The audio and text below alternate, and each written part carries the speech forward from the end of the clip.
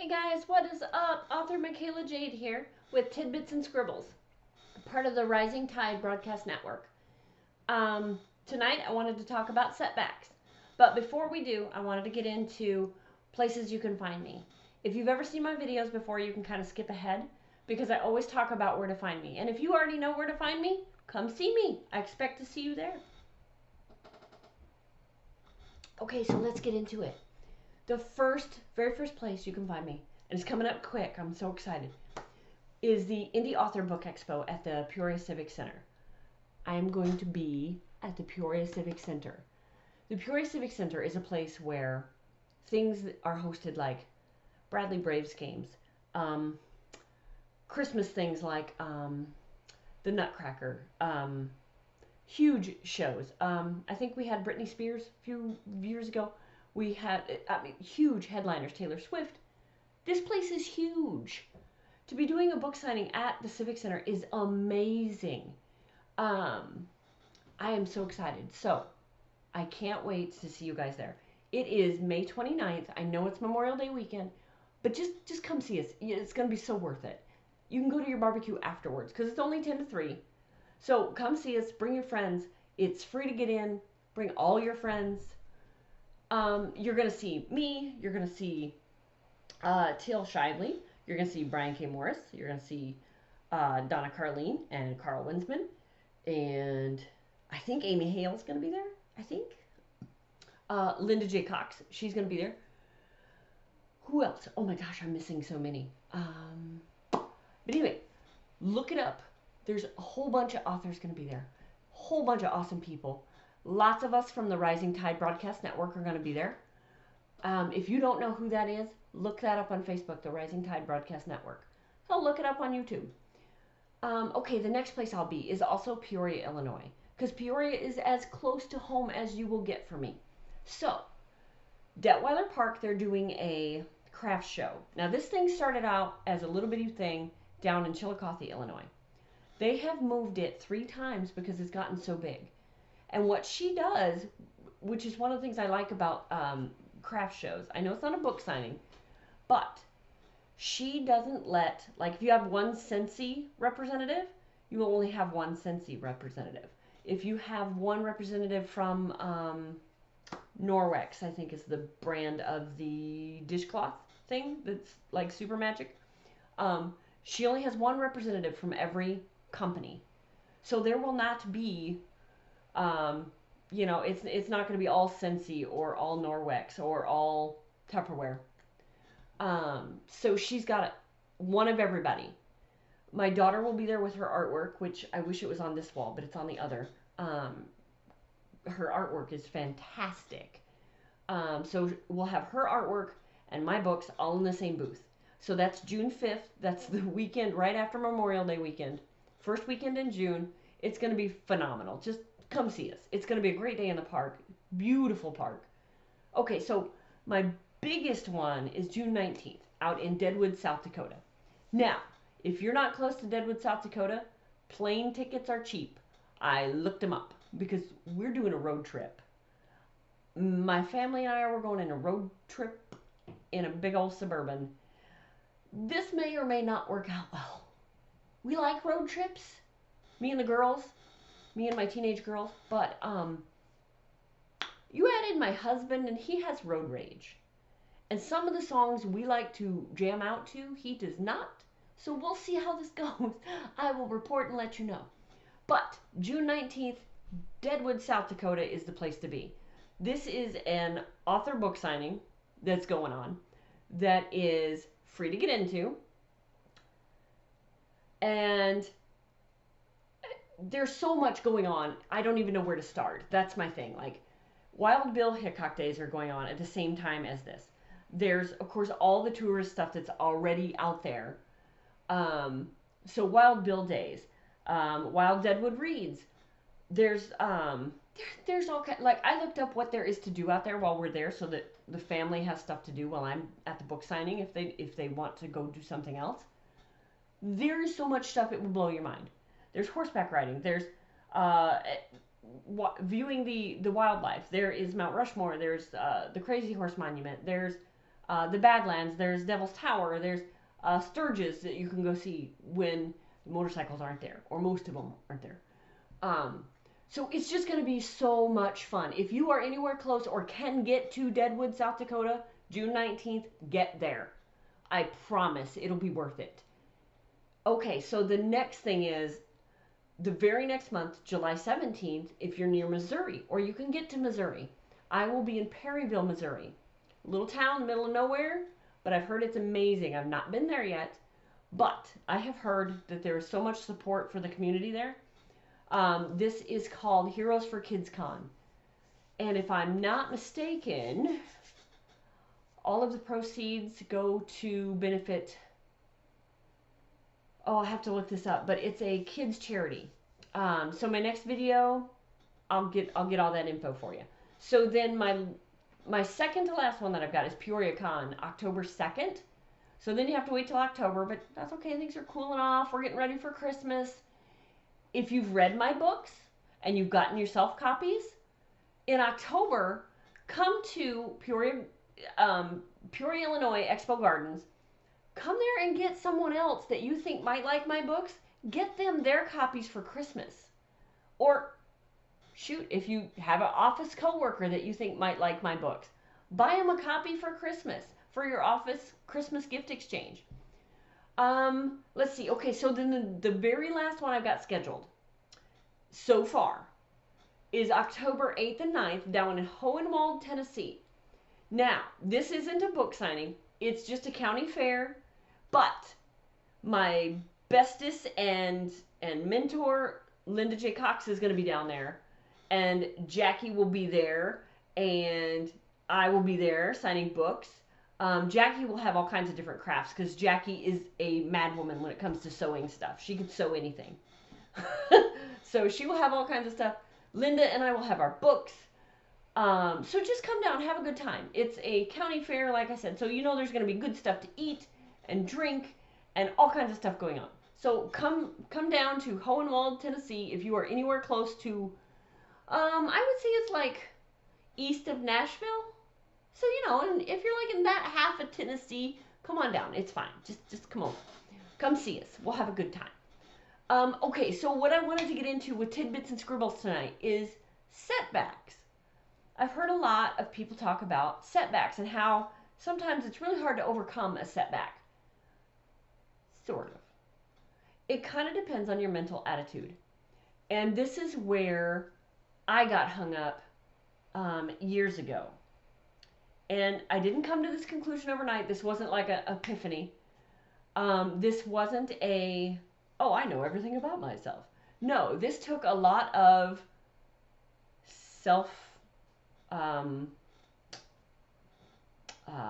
discovery, evaluation, whether I liked it or not. So when I talk about setbacks and how to overcome them, I'm not just speaking like, oh, I read this article and I'm going to share it with you. No, I'm talking about I've had them. I've had setbacks. I'm never going to talk to you guys about a subject I don't understand or I don't completely jive with. Because to me that's boring. Why would I spend time on that? So if I'm telling you something, it's because I've lived it. Even if I don't share some of the more personal details, I'm just giving you my thoughts on it. So take that for what you will. Here's my ideas on how to get over a setback or how to work through it. The first thing you have to do is you have to accept it. Accept the fact that it sucks. Accept the fact that maybe you made a mistake. Maybe someone criticized you very harshly. Maybe they criticized your work. Whatever the setback is, maybe it was financial. Maybe it was personal. Maybe it was a family member passed or family had an argument, but it was a really big argument. It wasn't just, I don't like the shoes you're wearing. Whatever your setback was that prevents you from being the creative that you are, take a minute.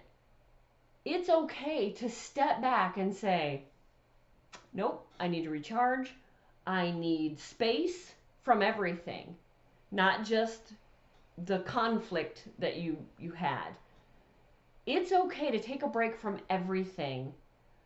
It's okay to indulge yourself in your favorite things, whether that's taking a walk. One of my things is I like to take a walk and just think. It's okay to indulge yourself in a weekend getaway. Say, I'm out. I need to recharge. Bye. It's okay. No one should hold that against you. So that's my first thing, is accept it. Accept it. Something went wrong. Something is horrible. It's okay. We all have it. I promise. There isn't an author, an artist, a creative out there that hasn't had a setback of some sort. Not one. I promise. You won't find one. And the biggest thing with that is you might feel like you failed. I do it all the time. And I beat myself up for it. I shouldn't, but I do. Because I feel like I knew better than to fail. I knew better than to take the step that I did, and it turned out just exactly as it should have. And I knew it would, but I took that step anyway like an idiot. So I beat myself up about it. Nope, nope, nope, nope. There's none of that. You can't do that, because then that one bad thought of, I messed up, I stepped wrong, I did it wrong, I'm a failure, I'm a loser. No, because as soon as you start that, it snowballs. And before you know it, you wake up and I'm a loser. You go to sleep, I'm a loser. No, you're not. You failed one freaking time. There's nobody on this planet that hasn't failed at something, I promise. There are people on this planet that are very, very good at everything. That's okay. Let them be good at everything. You're not. I'm not good at math, okay? Let me just put that on the table. Math, not my thing. I know there's 4 books over there, but there's days I'll tell you there's 3. Not good at math. That's a horrible example, but you get it. So take a step back. So we've got all this going.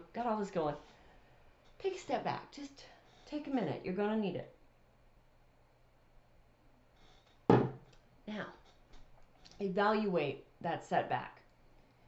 For the purposes of this video, let's just say it was a bad review.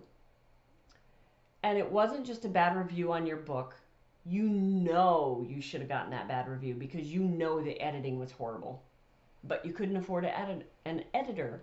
So you just said, yeah, I'll just do it. I looked at it a lot. I'm pretty sure it's good enough. But in the back of your mind, you told yourself, I should never have put that book on the market. But you did. So that's a setback. So now you have a couple of things you can do. You need to evaluate your situation. Do you pull the book that you've spent all this time building this fan base for, and you've marketed this book as is? Do you pull it? Do you slip it under the radar and hope that nobody notices all the editing mistakes that are in this book? It's your choice. Do with it what you will. So we've figured out what it is. We've evaluated it. We've stepped back. We took a breath. It's okay. Because anything worth doing is worth doing again and again and again. You know why? Because you love it. I don't know how many times life has gone horrible and I start writing. Now, I'm not writing the novel that I should be writing because it's the next one in the series and my fans are chomping at the bit to get it. Sorry. But if something goes horrible, I sit down and I write. Because once I've written it on a piece of paper, it's right here. And then I can just do this. Now it's gone. Or, I sort of live in the country, so sometimes I have a whole box full of those papers that I just crumpled up and threw in the box. I take them out and burn them. Because they're gone. They're garbage. They mean nothing. So, whatever it is that you need to do to detox, let's say, from your setback, do it. If writing it all down on a piece of paper and throwing it away or burning it, whatever, if that works for you, do it. If it's something as simple as taking 10 minutes and doing some yoga or whatever your thing is, do it. It will be worth it, I promise, because you're always going to go back to what you love. I don't know anybody that could set aside something that they absolutely passionately love, whether it's their art, their writing, whatever it is. I don't know anybody that can set it aside and never go back to it. Now, it might be a few years, might be 10 years, but they'll go back to it. We are creatures of habit. I don't care what anybody says. Humans are creatures of habit. You will go back to it because it's a natural thing for you. It's not something that you studied in school, but you'll never study it again. Algebra. It's a natural, ingrained part of you. Your creativeness, it's you. That's who you are. So set it aside if you need to. You'll come back to it. The ideas will flow again. The creative juices and the creative processes will happen again. If you need a break, take it. It's a setback. It's not a failure. You're not a failure. You will get there. So another thing you can do is let somebody else see it. Let's say it's a bad review, since we're staying on that idea. Let's say it's a bad review and you think, oh, God, I got to get this off the internet. I got to find a way to make this disappear. I just won't say anything to anybody. I won't talk about the book anymore. I won't promote the book. I won't talk to anybody. Are you kidding me? Give your book to somebody else and say, hey, what do you think? You need more than 1 or 2 or even 3 opinions on your book, your writing, your artwork, because not everybody's opinion is the same. I remember getting a review from a reviewer that they're pretty high up on the totem pole. Lots of people know them. And I said to my mentor, I said, man, that's a really shitty review. And she said, no, it's not. Read it again. So I read it again. Sure shit. That's not a horrible review. The only thing that was mentioned that was bad was that she thought the book was not a standalone or couldn't stand on its own because she felt like there were parts missing. That's exactly how that book feels. And can you read it without the first book? Sure. But does it want to make you read the first book? Definitely, because it feels like you're missing parts. Gee, lo and behold, exactly what the person said. So let someone else see your failure. Let them give you their take on it. It doesn't have to be your mentor. It doesn't have to. Give it to your mom. Give it to your best friend. Give it to your husband. Give it to whoever. Give it to your neighbor. Say, hey, will you take a look at this? Will you give me your take on it? How they see it might give you a different perspective and a different thought process, which will derail the whole I'm a failure, I can't do anything, I'm not good enough train of thought. That's all it takes. Let somebody else see it. And then find your inspiration and find support in your world. If it's artistry, if it's graphic arts, if it's comic books, if it's novels, if it's hell, I don't care if it's dog shows. I don't care if it's archery. Find support in your world.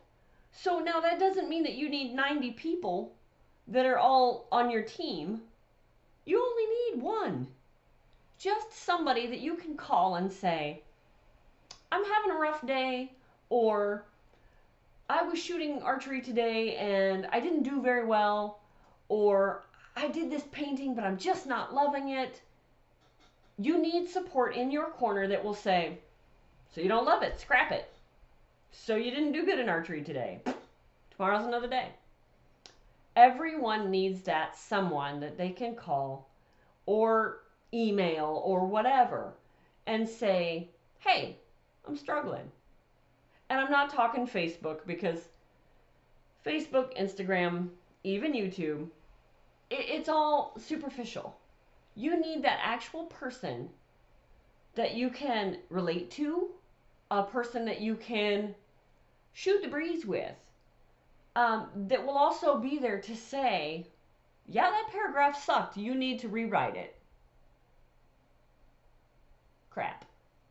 But that person will also be the one to say, that review is one person's opinion. Move on.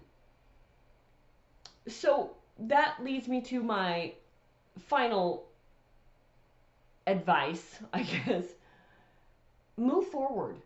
Take your supposed failure, take your stumble, your setback, and use it as a stepping stone. Use it as a ladder to get to the next point. There's always something coming down the pipe. There's always something new. Use what you learned from that setback. Maybe it was a really bad review. Maybe you wrote a really bad book. That's okay. Write a better one next time. Write a better poem next time.